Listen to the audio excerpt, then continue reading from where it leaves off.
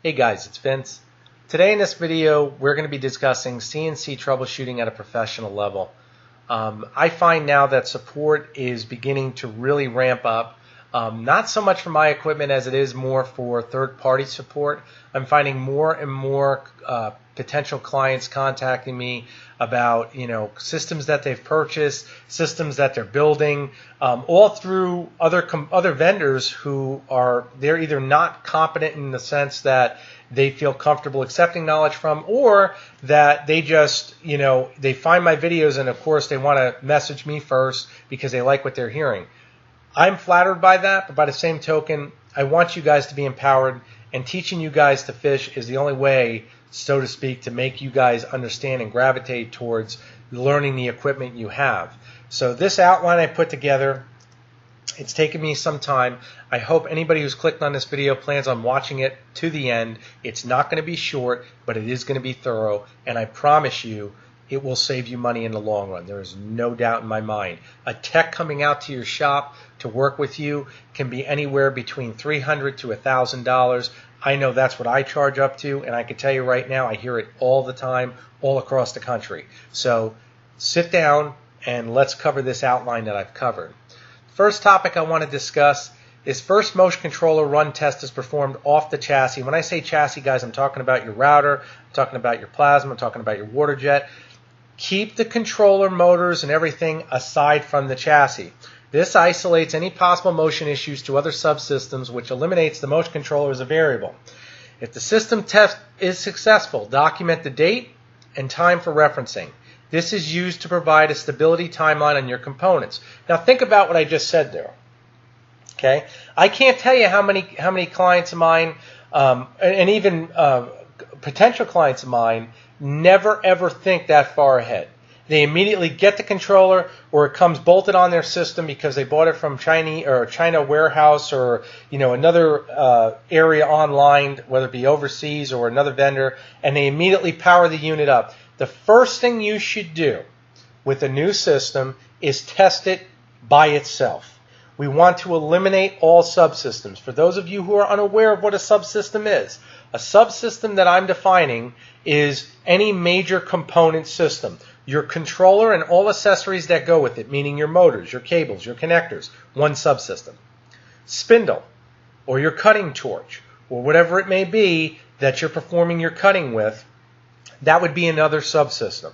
Okay? If you have a spindle, it would be a spindle cable, spindle connector, VFD.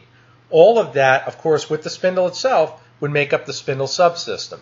And we go on from there, whether it be enclosure, switches, all of that would be, you can encompass that in the controller itself. However, you can separate other components any way you like in that subsystem grouping, but the idea is to keep the subsystems as huge as possible, so to speak, so that it encompasses all of the components in one direct category. That's what we're trying to do. So if you document that system is stable off your chassis, and you've tested air cutting, you've run some G-code, everything is running good, perfect, document it, give yourself a stability timeline, start that document, be as complete and as detail-oriented as possible, discuss it, X-axis works great, Y-axis, Z, so on and so forth. This way, you know exactly how this system was behaving at a set time, and you have that to reference to if there ever is a need to. Think about that, okay? It makes you think more. It makes you retain more knowledge, okay? The first test run of your controller should include motors, cables, and all connectors attached. And all connectors attached, guys, is simply the controller. That's motors, cables, and again, all connectors, motor. You want to just provide air motion. That is it, okay? Once that system has been tested, okay, if you wanted to, you could either then choose to mount to your chassis. I choose not to, okay? I would recommend you test your chassis. If you can, test your chassis with a cordless drill. 9 out of 10 of you can test the chassis with a cordless drill. My pro grade guys may not be able to do that. Okay? If you can't do that, you really move into the next step where you'd mount your motors so you can do a full system chassis test. If you have the ability to use a cordless drill, it has enough torque, test your chassis axis before mounting everything. Check for loose bolts, check for linearity, common sense type stuff. Okay? If you encounter an issue with the above test, get a legal pad or open a spreadsheet to begin documenting your troubleshooting steps, detailing the result of each possible solution attempt. Think about what I just said there. If you're documenting everything, and what usually happens is, whether it be, potential clients, past clients, whatever it may be, I get messages that say things like, this is doing this, I don't know why I'm getting this. This is happening this way, but it only does it randomly. This is doing, I am not there with you guys. I have no visuality of your system. I have no audible, there's no way I can audibly hear your system. So anything that's happening is what you provide me in detail. If you're lazy and won't provide me the proper detail, there is no way I can provide support. I am not doing what Gecko does and sending out a form that you fill out and telling you guys, hey, look at my controller and look at this power supply and look at the... 9 out of 10 of you know how to check a power supply, or should, with a multimeter. So I'm assuming you've already done that. If you didn't, then, naturally, the more detail you provide, the better off we are. I would like to see every bit of detail provided when you request support. Also, for your own reference, too many people are relying on memory. I don't understand that concept. It does not make any sense to me. And it really, when you're frustrated, your memory goes in the toilet. I mean, the more aggravated you get with something, you're not going to memorize what you tried and what you attempted. The best thing to do is, like I said, take the legal pad or get a spreadsheet, start it from the beginning. And you do this from the beginning, and I guarantee you, if you do this process as you get your system and start assembling it, you will have more knowledge of your system than you ever thought you would. I mean, you're going to find out a lot of different things. So now that we've gone there and you encounter an issue, you begin this tedious process by removing one variable component at a time. So again, if you guys are going through and you find that with the controller subsystem, we'll just start with that. If you find that you're testing the system and you find that there is a component that is not working as it should, whether it be an axis or whatever, I'm assuming it be an axis, you would want to start naturally with that axis, which most of you do, but most of you get lazy at one point or another and say, well, I've tested this. Okay? If you're not documenting, that is a sign of laziness, because I guarantee you're forgetting something. When I say test every component, guys, I mean remove every cable, remove every motor, every connector, one at a time. If you still don't find it, you connect one component at a time to see what end result happens. If you do one motor and one motor connector, you're going to find really quick, install one of them on a drive axis at a time. If you have a G540, you have 4 ports for motors, you would do one at a time to see what that process actually entails, and you would see exactly what you would see from your system. If the system is not giving you any feedback and you're not seeing any problem rectified, then okay, we move to the next component, next motor, next cable, so on and so forth. It is tedious. It is time consuming, and that's why engineers and techs get paid what they do. Now you understand it. When you go through it yourself, you're going to find out that this process is not for the meek. It's not for people that, want quick fixes. A lot of times that's what everybody hopes for. Once again, the guys that are involved in CNC understand the time it takes to become really adept at what they're doing. And troubleshooting, I'm telling you, this video is going to save you a ton of money if you follow it. So once again, tedious process. You can go through validating each single component.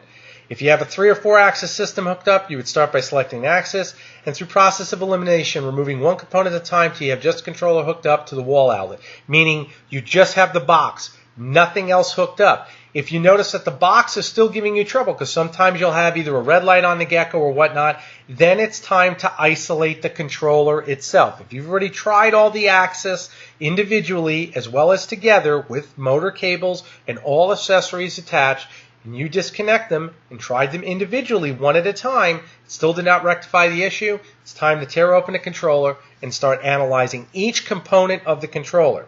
The motors and cables of each axis reflect no issue, then move to the controller itself, and once again documenting everything you attempt to correct the issue. Details are key. Don't rely on memory. Okay, guys? I'm telling you again, don't rely on your memory. Write every attempt of a solution down, every outcome. I tried testing the power supply with voltmeter. Voltage was dated, done. Did nothing. Still doing the same thing. Tried testing the e-stop. Did this, did nothing. If you're doing a Chinese system, this method is applicable to any CNC. I don't care what size it is. You can use this on anything. Okay? It will work, I promise you. You just have to put the time in. Review all controller variables based on components, motors, all cables, connectors, relays, electronic accessories, drives, power supply switches, system wiring. Once again, now you know why we make that kind of money. And again, that's why I'm saying to you guys, when you hear this and when you see this, this is the kind of tediousness you have to have with detail. When you see motors, all cables, connectors, relays, electronic, I mean, that's a ton of stuff potentially based on your system. Going through the motors, you guys have already done. Cables, I'm assuming you've already covered all that. Your relays, if you guys have plasma systems or you have integrated systems where you're dealing with spindle manipulation, you're going to have to go through all this. It's going to take time, and you have to go through each component based on what you find. This way, you can isolate what's there. Most guys, once again, don't want to do this. Electronic accessories. What other additional accessories do you have in the box? Your drives, whether it be G540 or individual drives, your power supply, switches, system wiring. I have seen so many different variables when it comes to system wiring, which I know it sounds crazy. Backwards wiring, loose wires, poor connections, poor grounding, you name it. So that's why I'm saying all of this has to be documented. Every single one, you guys now have a checklist right here, and then we move on. Once all the controller's variables have been tested and validated, it's time to move to the next subsystem following the exact method outlined. Now, guys, that just means practicing exactly what we did here. Review spindle variables. That would be your next subsystem. If you guys have my plasma guys out there, you would start with your torch, go on, so on and so forth. Most of you are going to have a relay to cycle the torch on and off. You may have a torch height controller. That adds another variable. You could see just how easy and extensive this can be. And again, if you have a process and you're documenting, it makes everything so much smoother. So let's see here. You got your spindle, spindle connector, spindle cable, VFD spindle wiring, documenting all details of process of elimination. Once again, what did you try as a solution and what was the effect, if any? If it didn't have an effect, so be it, and date everything. You want to know a date so you have a point of reference. Hey, I tried this on this date, didn't work. And then tomorrow, you can say, well, I tried that yesterday, and you always have it recorded. A week goes by, you could say, hey, I tried it. Once again, it's all about details. Review all chassis variables. Once again, we've isolated another subsystem. You got your spindle as a subsystem, chassis as a subsystem. Axis provides smooth operation. Review your transmission, i.e. ball screws, lead screws, rack and pinion, or belt drive. Those are the majority of the chassis, guys, as far as transmissions. If you validate your ball screws, your lead screws, your rack and pinion, and belt drive for smoothness, everything on them. Go through everything. Go through the straightness of the screws. Go through the bearings. I cannot emphasize that enough. If you guys are using a retrofitted system or a used system, tear the system apart. Don't be lazy. So many guys take these people that are selling these systems words, oh, the unit was cleaned, it was not abused. Guys, I've yet to see a system out of the box be used unless it was from a corporation that has servicing details on the system. Don't take anyone's word for it. Go over the system so you know that your time and money is going to be well spent. I cannot emphasize that enough. Never believe anything. Anybody can say anything, and most likely will when it comes to the investment you guys are spending. So be careful. Okay, Loctite applied to all bolts. Using a Torx screwdriver on all fasteners, guys, buy a Torx screwdriver. Torx screwdrivers are not that expensive, and they'll let you assemble your chassis with even torque on all fasteners, and it will give you just an overall wellness to know that everything is balanced on the chassis. It should. You're building a robot. Take the time. Everything that can be measured should be measured. Torque is something that should be measured. You'll never strip a screw. You'll never have problems with that. And I promise you, it will pay off in the long run. Once again, documenting all details of process of elimination. So as you've gone through your chassis, you just got in your 6040 from China, you're assembling it, that's the first thing you would do is break this into subsystems as far as assembly. Just reverse the process. I'm going to go over the chassis variables, go over my ball screws, my lead screws, everything. The more you assemble, the more you get your hands on things, you're learning, and again, you can do it right the first time. Review all computer variables. Guys, I cannot tell you how many issues are driven around computer variables. I have clients who have told me stories of, I'm using, such and such computer from 1985, or a computer that, doesn't have enough memory in it, or whatever. I am going to just tell you point blank, if you're running Windows 10 and you have, 4 gigs of memory in it, in your system, and it's, from 1996, that's not going to work with what you're doing with these applications. So do yourself a favor. If you have to invest to do it right, okay? Or go back to Windows XP and deal with the fact that Microsoft no longer supports it. I mean, that's something you're going to have to look at. But I have a lot of clients, and what scares me is I've had even past clients where they look at spending the money on a computer and really make a big deal about it. Computers are not that expensive today. And to do it right and have a system that's isolated just for this type of programming is not really that big a deal. I mean, it scares me when I hear of a corporation or a business telling me that, they're using computers that are 9 or 10 years old. That's frightening, guys. I mean, and then they complain when they have problems, and it's scary. I mean, that really is scary. So think about what you're investing in. Think about your computer. Think about what's installed into it. I personally like computers that just have the operating system installed and are just dedicated for that process, whether it be CAD/CAM, whether it be Mach 3, which are typically all integrated on one system. I like laptops. That's the way I like them set up. That's me. Your preference may be different. A desktop is fine. Just be realistic. If you got a computer from your neighbor's yard sale and it's 1985 to 1995, you're going to have problems. Odds are it's going to rear its ugly head in all kinds of different instances. Certain people out there are saying, no, there's nothing wrong with that. You do what you want. I would rather stay with technology that's supported, because then at least I know I'm not going backwards. The more you have to hunt online for support, especially, like I said, through third-party vendors who you're not even confident in accepting their support or even wanting to, call them because they don't have a contact number, it really makes sense to just look at the investment, weigh where you're going with this, and look at how much you're paying yourself, because if you don't put any monetary points on your time, you're really going backwards. Because I can't tell you how many clients of mine tell me, oh yeah, I've spent, such and such time, working through this problem, and it's like you're going backwards. You get to a point where you got 10, 11 hours into something when you're trying to review what's wrong with it, and the only thing you're really doing is beating your head against the wall because you're not willing to make a change because it costs money. There comes a point in time where you got to say enough is enough. And that's why I say the computer as a variable is huge, huge. After everything else has been done above, the chassis, the spindle or cutting tool, whatever it may be, the controller, everything has been done above as far as where you are in troubleshooting and actually performing a system stability check.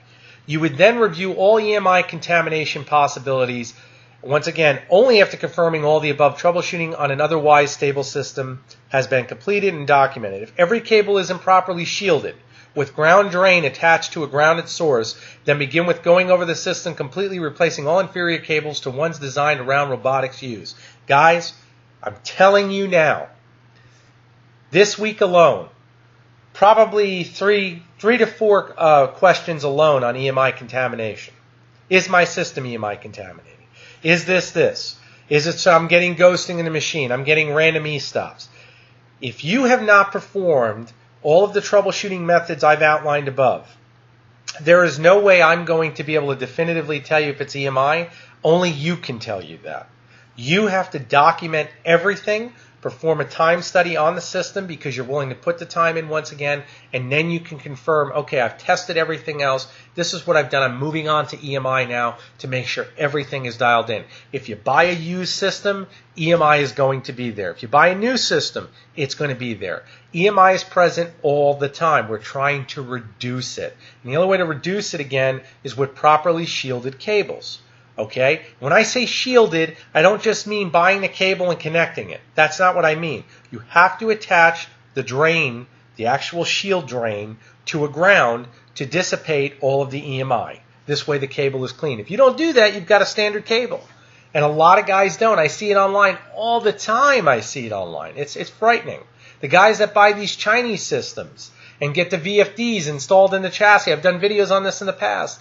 And, they message me and they don't understand why they're having problems with the drive. You got a 3-phase inverter surrounded by DC drives in a vicinity that's maybe 10 to 12 inches in width and length. Come on, guys. We have to think here with competency and common sense. You got an AC inverter that's literally going in and dealing, in voltage ranges of 220 and above, converting everything, and then you've got a DC driver sitting there, and that EMI is just pounding that drive. Regardless of the quality of the drive, the EMI that's present is ridiculous. So the first thing you should do is go over your system, if you haven't already, and really look at what's going on in the system. Even if it's stable right now, go out there, check it out. Become one with it in the sense that you know every piece of hardware and you understand what you're doing. Once you do that, like I said, it's gonna open up huge doors for you because you'll never be stumped when something does arise. And with something like EMI, I can tell you right now, it can hit you anytime, any place. You might have a system that you think is stable for 3 months, and all of a sudden you get this weird, all of a sudden it starts ghosting out of nothing. I don't know what happened. My limit switches are going off by themselves. Okay. And everything was stable before. Yeah. Is anything documented? No. So, again, you're not going to have a timeline if you don't document. You're not going to have stability checks if you don't document. Everything with these systems should be documented. If you go to Nestle, if you go to UPS, if you go to FedEx, DHL, if you go to Walmart, and when I'm talking Walmart, I'm actually talking about their production facilities as far as for shipping, the warehouses. All of their automation equipment have documentation, and that's why they do. You guys are doing the same as these companies, but smaller. So why would you not practice what the big boys do? Doesn't make sense. Think about it. Document everything. Don't be lazy. Don't be lazy. There's no machinist that's lazy that's successful. If they're going to be good, they're going to document everything. And for you to understand this is really to go through it. And I can't tell you, the guys that contact me, I really feel for when they tell me how many times, whether it be, like I said, it's really sad when it's third-party U.S. supporting vendors who just, either they don't feel confident with or they won't help them, or they're just struggling so much. Oh, I just hate this. I don't know what to do. I'm wasting my time. I'm wasting substrates. This is crazy. I'm spending money. I don't know what to do. And it's sad, but it's the truth. If you guys practice this outline, there's virtually no system you will not be able to troubleshoot. It depends on how detailed you are. Once again, all components sending or receiving signals require shielded cables.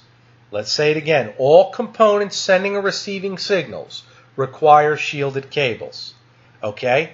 It does not matter what that is. If it's a relay, shield it. Okay? You're going to have bleed through. You're requesting a signal to be sent to turn on the digital switch. You want it to be shielded. Do not second guess the equipment. Don't sit there and think, oh, well, my system's stable, I don't have to do it. A lot of guys are lazy, and they just don't want to put the time in to do it right, and it's sad. It really is. And then you contact me and insult my time and education because I'm going to tell you the same thing, and then when I request a picture or video, I don't get it, and that just draws another big question mark, like, what do you have to hide? I mean, if you did it right, you would be proud of showing it. That's the way I look at it. If I did something right, I'm going to show you. If I don't do something right, I'm going to hesitate, or I'm going to keep asking redundant questions that, once again, you're practicing the definition of insanity. So really think about what you guys are doing. Think about what you're projecting, okay? Once the system is stable, Document any changes you make to the system to once again provide yourself a stability timeline. Think about that, guys.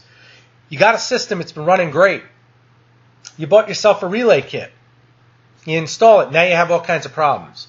If you have a timeline of what the system was, you can eliminate a lot of components that you already know were checked and validated. Getting on checked and validated on a stable system. Let's talk about that for a minute. Pro-grade facilities have what's known as PIs, or PMs, preventative maintenance. Okay? We used to do them all the time. If you're not doing a PM on your machine at a set hourly rate, let's say, let's just set an arbitrary rate of every 15 hours of runtime, you do an hour PM on your machine. You will learn a ton on doing those PMs. If you just get your machine performing these PMs at a closer timeline is even better, maybe on a 5-hour runtime, because she's new. You're still getting new. The more time you invest, once again, going over the redundancy of evaluating everything, seeing how she performs, and I know you guys get so excited about making cuts and everything. She's not going anywhere. You're better off learning the machine, learning the hardware at that point, and saying, okay, I've got it down. After a week or two, expand the timeline. That's the best way to do it. A week or two, expand that timeline. Say I'm going to go 5 hours now the first week, and then I'm going to go out to 10 hours. And in this way, you document a PM. I went over the control. I went over all my bolts. I went over the axis. Everything looks good. Motor cables look good. You'll get to a point, I promise you, that those PMs will go by so fast. Even if you cut the time down, let's say 45 minutes to a half hour, if that machine is making you money, isn't it worth it? You're saving your hardware. You're saving your own frustration. It makes sense. Think about it. Take the time and practice every method that the Fortune 500s do. Just practice them without actually needing them. You see what I'm saying? You've got all this knowledge. We're doing the same thing that these guys are doing that are producing most of the products in America, whether it be overseas or here, and you own the equipment. You have to implement their same strategies, and that will keep your equipment running, and it will keep you guys informed of what's actually going on. And then if you do, God forbid, have to contact a vendor, whether it be me or anybody else, you guys can provide them the required information that will show, hey, he's put the time in. He's really trying to dictate this, and boom, he's there. I have to say the truth, though. If you follow this outline, go through this entire outline and think about it logically and put together an actual outline for yourself that applies to your particular hardware and environment, you will find you're going to basically be able to determine a lot just from doing it yourself. Like I said, a 95 to 98% success rate after just going over everything. You know, like I said, 9 out of 10 systems that are coming overseas, you already know most of your cables are not even shielded. I would say about 99% of the systems I've seen coming from overseas aren't shielded. I have seen systems, I'll be honest with you. I've seen systems come in that use shielded cable that have no drains attached to grounds. So it's useless. And that's the thing. There is no cheap way out, guys. There's no cheap way out. I say that all the time because I get clients that come to me. I give them a price, or I should say potential clients. I give them a price. Then they go hunting around, and they're like, oh, hey, I can get it here, this too. I'm not going to lower my price. I know what I'm selling. I know the knowledge I'm giving you guys. I'm not hiding behind the internet. I make the phone calls. I do what I should do. I'm not going to drop my price because I feel that I'm worth that, and I know my knowledge is worth that. A lot of my clients consider me an expert. I don't. I think I consider myself more of an advanced user because I'm doing over 500 systems total average a year. And I can tell you right now, with that kind of electrical knowledge, doing this every day, dealing with the questions every day that get thrown at me, you do tend to get better. And that means I can take that knowledge and pass it on to you to make you guys save money. I feel it's kind of like just a kick in the crotch when somebody sits there and you want to negotiate with me on what I know and what I say, when if you practice what I'm writing right here, you're fine. I already know you're going to be fine because you'll go through it and all of a sudden, oh, hey, it's this. Oh, hey, it's that. I get so many messages daily. Oh, you were right. It was this. Or, oh, you were right. It was that. When they could have just followed this outline that I provided, and I guarantee you they would have found it themselves. And like I said, hopefully they get in touch with me first. If they call their vendors, I can't tell you how many vendors are charging for, the second they pick up the phone, it's an immediate sales call. So I'm telling you now, go through the process. Think about it.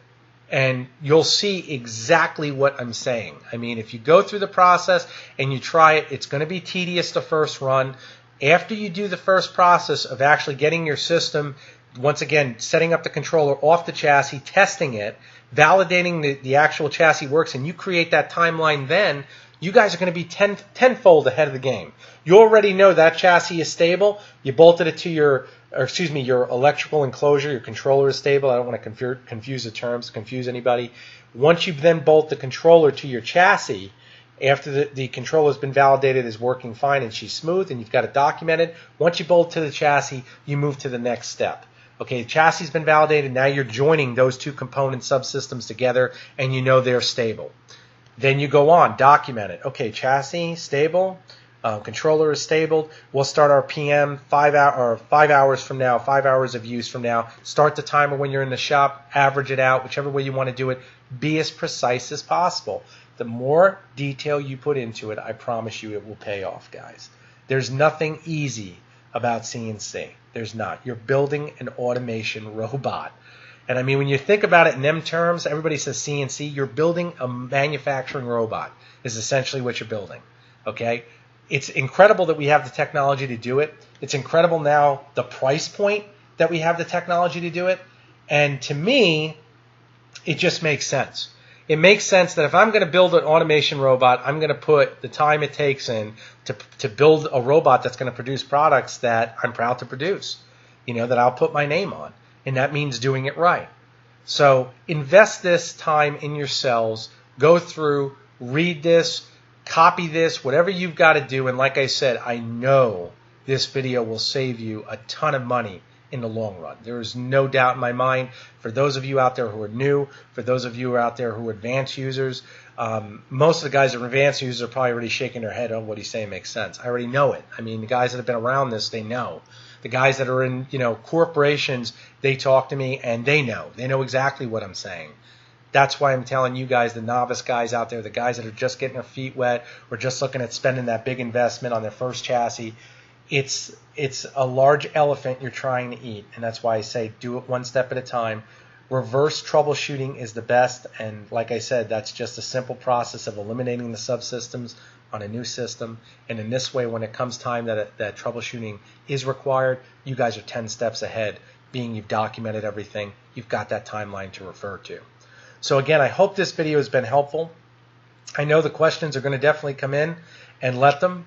But I'm going to tell you now, if you haven't watched the video all the way through, I'm going to send you back to the video, because this video now covers everything. So I'm hoping that when now questions come in, that they will follow this format so that we are all on the same page. Once you guys are on the same page, and again, treating me as if I'm literally blind and deaf, then I can then do my best to help you. And I think other vendors will too. I hope, especially in the US, I hope that's the case. But like I said, for those end users who feel alone, who feel that the forums just, and I hate forums, you guys all know how I feel about that, but for the forums out there, this is the pinnacle of really defining your system and defining your knowledge. So take the time, invest it in yourselves. And again, if you guys do need to contact me, you can contact me at my personal email. It's storm, STORM, 2313@gmail.com. You can contact me through my eBay store, eDealers Direct. Again, I'll put the links down below so you'll be all set. And again, I wish you guys the best, all my supporters. I love you guys. And again, I'm going to keep the content coming. And I wish you guys the best. Take care.